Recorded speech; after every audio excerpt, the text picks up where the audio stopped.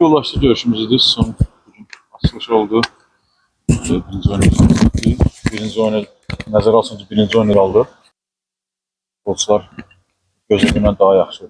Özlərini göstərdilər, yaxşı formadadırlar. Bu da bizi sevindirir. Vacib olan artıq Türkiyədəki yollaşdı görüşləri daha yaxşı çıxış edib.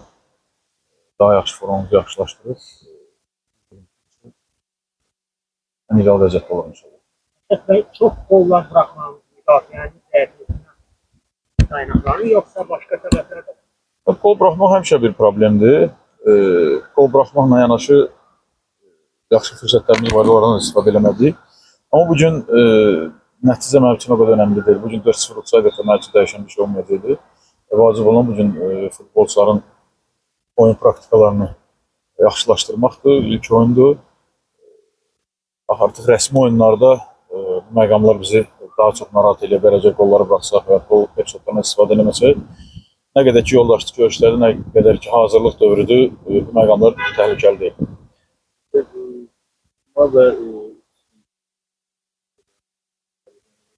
Vaxta az qalıb. Təbii olaraq ciddi problem yaşayır o baxımdan. Salifə təkliflər var, danışıqlar gedir. Hər an razılaşma olur və komanda tərk edə bilər.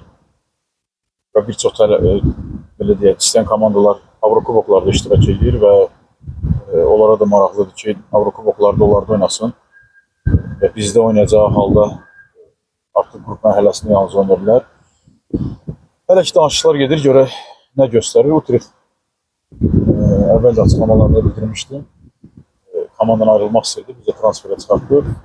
Gözləyir hər hansı bir təklif olduqda onda məsələsi müzakirə olacaq, amma birdən-birə iki aparıcı oyunçunun, John Maylin oyunçumuzun bir ikisi komandan ayrılmaq ehtimalı bizim üçün böyükdür.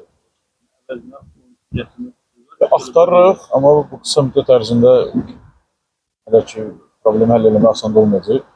Hətta tapsam belə oyunlara nə dərəcədə hazırlı olacaqlar, olmayacaqlar, o bir sual. Ola bilər, təklif altında ola bilər, almasına da bugün müqaviləsi var. Bəli. Bəli. İlk gündən hüquqi çərçivədə tədbirlər görülür və hər günü sabahları siz dediyiniz ki, müqaviləsi var, komanda qayıtma ehtimalı da var. Qayıdacağı təqdirdə hər günə görə böyük cərimə olur. Özünə də bu haqda məlumat verilir.